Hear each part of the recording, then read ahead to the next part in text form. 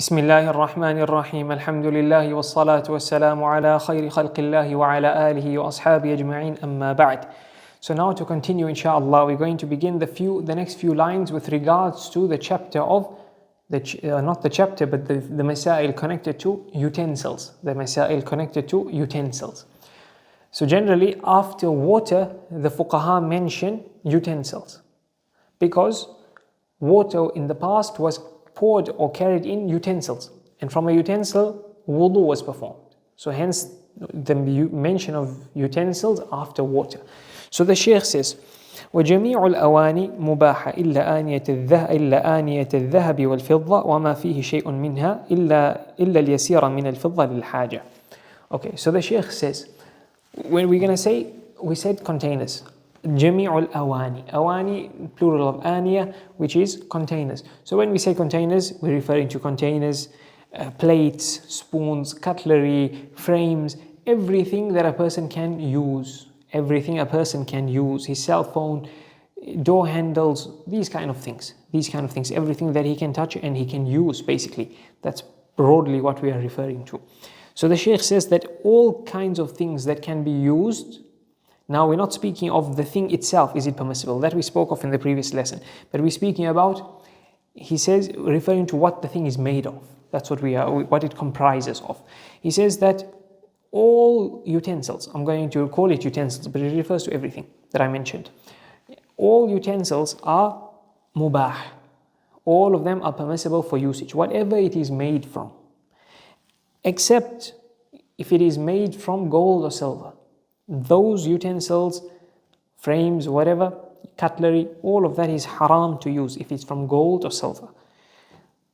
Or if there is a small amount of gold or silver in it, it's still haram. The only exception is a small amount of silver when there's a need. A small amount of silver when there's a need. So that's basically the translation of the text. So with that in mind, let's break down these masail. So all utensils are permissible for usage. Right. All of them are permissible for usage irrespective who owns this utensil. Meaning, or who this utensil is given to you by, to use or to take ownership of. Meaning, if this is a utensil of a disbeliever, of a non-Muslim, it is still permissible to use. Immediately, without cleaning it. If it is gifted to you or you are using a utensil of a non-Muslim, permissible to use. Whether the non-Muslim is from Ahlul Kitab or not, meaning from those whose meat we are allowed to eat from or not. Any non-Muslim, their utensils start off as permissible. Muslims the same, or Muslims obviously. It starts off as permissible. If you get a plate from a non-Muslim, or you're going to eat at a place that is owned by a non-Muslim, or you're invited to a place by a non-Muslim to eat by them, you are allowed to use the utensils. It starts off as pure. The fuqaha mentioned the body of a disbeliever is pure. They say to the extent that even the clothing of a non-Muslim, is permissible for one to use it immediately. Even if it is clothing they wear on their awrah. Even if it is clothing they wear on their awrah. It is permissible to use the clothing immediately. Unless you have certainty through color, taste or smell, etc. Those color, taste or smell, that this thing is impure. So when there's no certainty of this, you can use the utensil immediately. You don't have to, if you touched a non-Muslim, doesn't mean their bodies are impure, you have to wash your hand or whatever you use to touch them. Or their clothing, you can use it immediately. You can buy second-hand clothing of a non-Muslim, for example, without washing it immediately. If it looks clean, there's no smell of impurity or color, some stain of impurity, you can use it immediately. Microwave, you can use immediately. Washing machine you bought from a non-Muslim, you can use immediately. All of the things start off as permissible, unless there's yaqeen. We mentioned what is yaqeen in the previous lesson, to indicate it is impure. So that's number one. So whoever this utensil comes from, it starts off as permissible to use, as clean and permissible to use. Number two, all of utensils start off as permissible, no matter what it's made from, except gold and silver, even if it is made from animal skin. If this skin comes from an animal whose skin one is allowed to use. So the Shaykh mentions that whose skin are you allowed to use, which animals? Animals that are permissible to eat, they are pure. They are pure while they are alive, right? Or slaughtered correctly, Islamically, they are deemed pure. And animals that are the size of a cat or smaller than a cat, the size of a cat, an average cat, and smaller than a cat, those animals are deemed pure while alive. Those animals, if you can eat them, they are pure even after they've been slaughtered Islamically. If you cannot eat them, if they are maita, which means if they are dead, they are deemed maita, because you cannot eat them. So therefore slaughtering does not make them non-maita. They are maita. They are like a carcass. Their skins, you can use it after you tan the skins. The Shaykh says that animals that you are allowed to eat, if the animal is maita, it is impure. But the skin, if you tan the skin is now deemed pure. The skin is now deemed pure. The madhab says after tanning the skin, it is not pure, but it is permissible to use. But to use in dry things. So you can use it as a wallet, you can use it as a bag, you can use it as a jacket. But the moment you need dry, so the impurity does not transfer. And then for salah, you take it off, it's on your shoe, whatever, permissible. The madhab says that tanning it purifies it, so it becomes pure. Therefore, you can use it with wet things, you can put water in it, right? So according to the Shaykh, it is animals that are permissible to eat. They're maita. If they are slaughtered, obviously that's pure anyway. But if it is now maita and it's been tanned, it is pure, right? Because the madhab says tanning does not purify.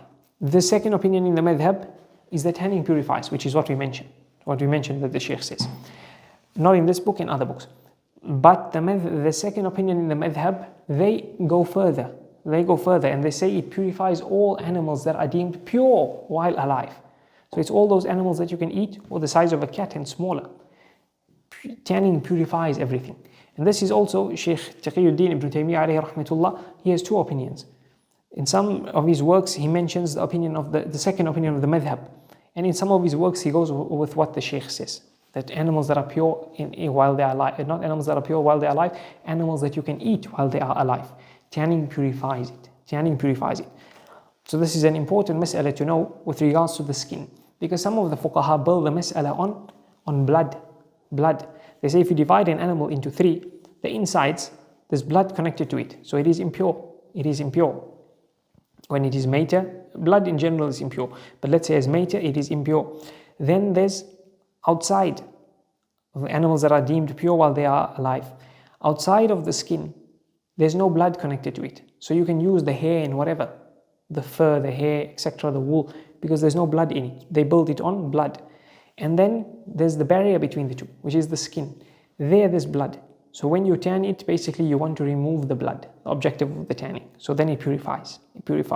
So that's an important mas'ala to know, that some of the fuqaha, especially the riwayat thaniya, builds it on blood. Therefore, what's outside the skin takes a different rule. And therefore, it's important to know where the masail are built on, because impure animals, or in fact, animals that are impure, their skins will not be pure after being tanned. Those animals that are not pure while they are alive. So they are animals you're not allowed to eat. Their skins will not be purified. But what about outside the skin? Those fuqaha, which is the madhab, deem the entire animal as impure. They'll say even the hair and whatever outside of the skin is impure. But there are other fuqaha who say outside, in the madhab, what's outside of these animals, which is also Shaykh Taqiyuddin mentions, because we say building it on blood. He says the skin and hair, the hair of these animals will be pure, except for, not the Shaykh what he says, but those fuqaha who are on the opinion of the Shaykh, they say except for a dog and a pig, their hair, etc. will still be impure. It will still be impure. But the Shaykh Taqiyuddin, on his qaida, he says including a hair of a pig and a dog, it would be pure. It would be permissible to use. It would be permissible to use. And Shaykh Taqiyuddin, his qawaaid, they are very consistent. Even Ibn Laham mentions in his book of qawaaid, he says that, he mentions when it comes to yaqeen and shak, he says the fuqaha are not consistent in the usage of when do you use yaqeen or shak, when do you use yaqeen, and when do you use ghalabatul dhann. We mentioned those terms in the previous lesson. He says, but Shaykh Taqiyuddin, he is consistent. He is consistent in his usage of his qawa'id. So even that's why he includes it in a pig and a dog. But why I'm mentioning this is to separate the mas'ala of skin and what is outside the skin.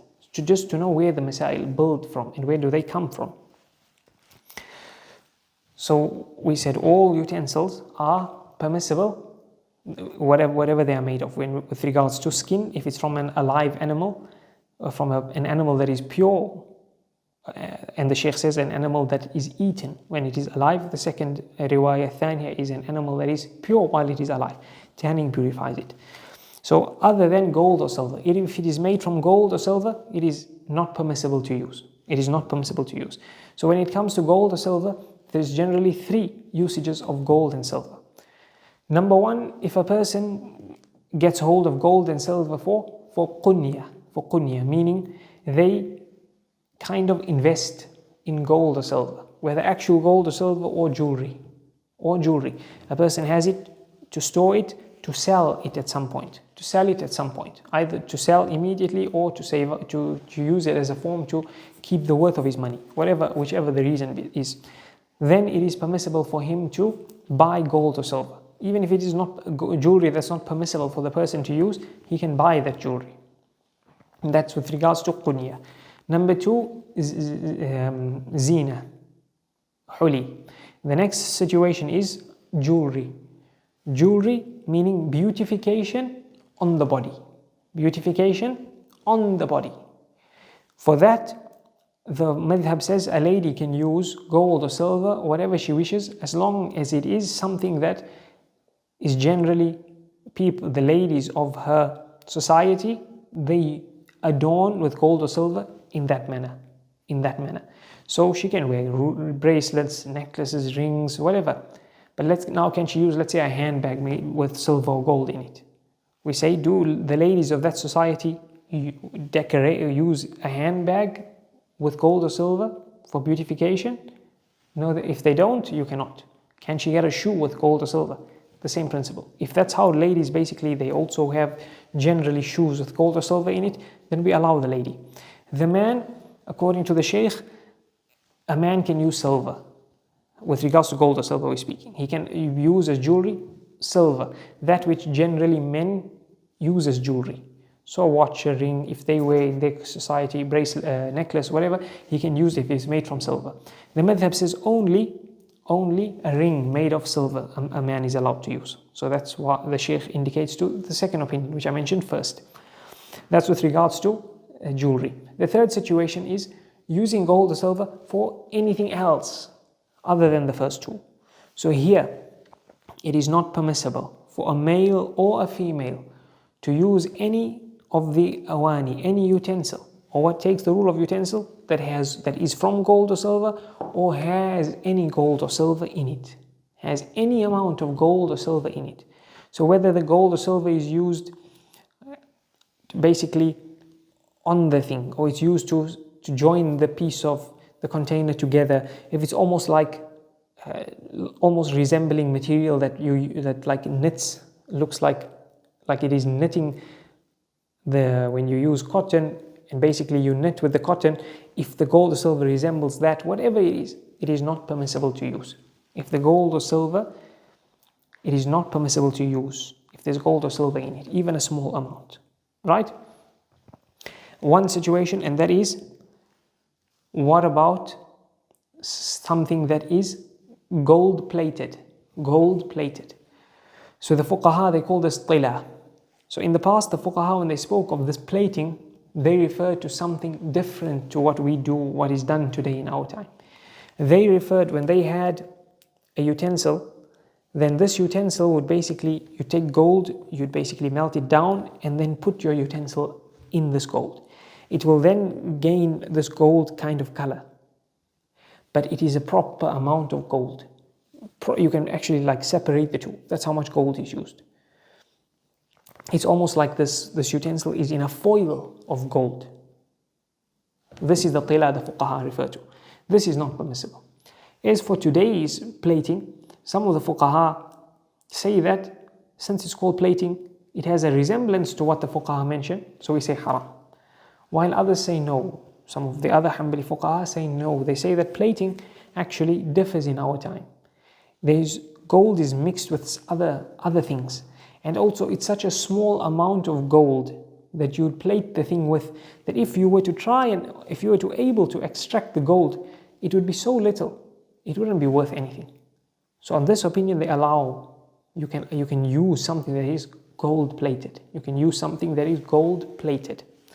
If anything, it will be makruh, as in because of the difference of opinion, they would say makruh as in better to leave off. But if you use it, permissible. The only exception is إلا اليسير من الفضة للحاجة, except a usage of silver in this container that's not permissible to use for a need. So when they say for a need not for the person, but a need for the container.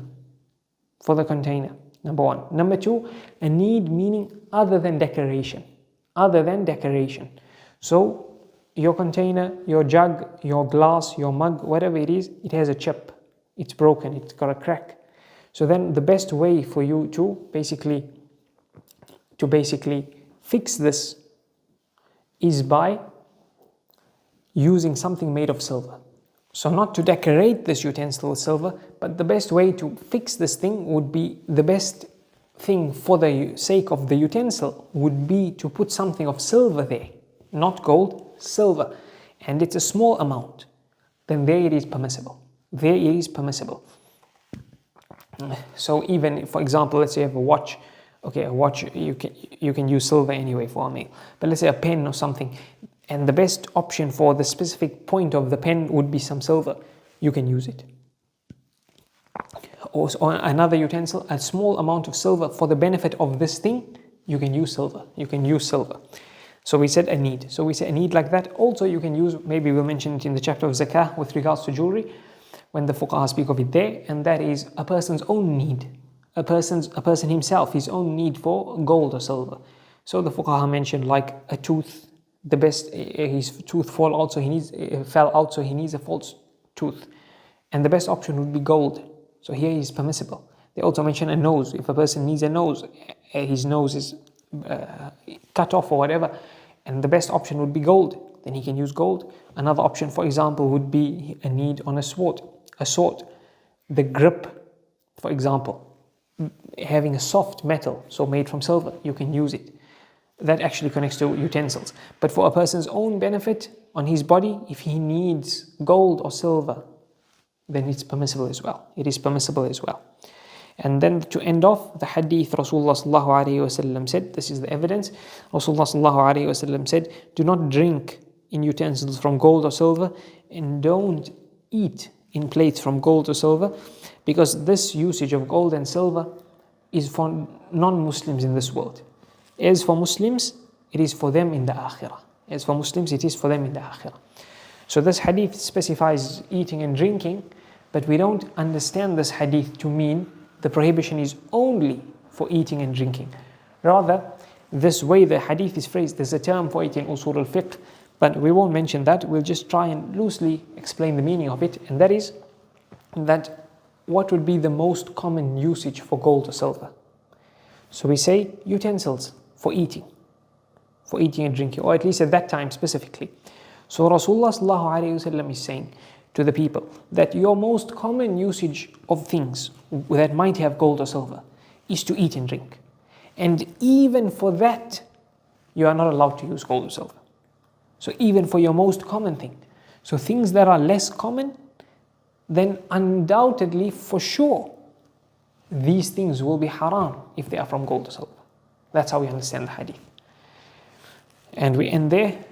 We ask Allah Azza wa Jal to teach us that which benefits us and benefit us with that which He teaches us. وصلى الله وسلم وبارك على نبينا محمد وعلى آله وأصحابه أجمعين والحمد لله رب العالمين.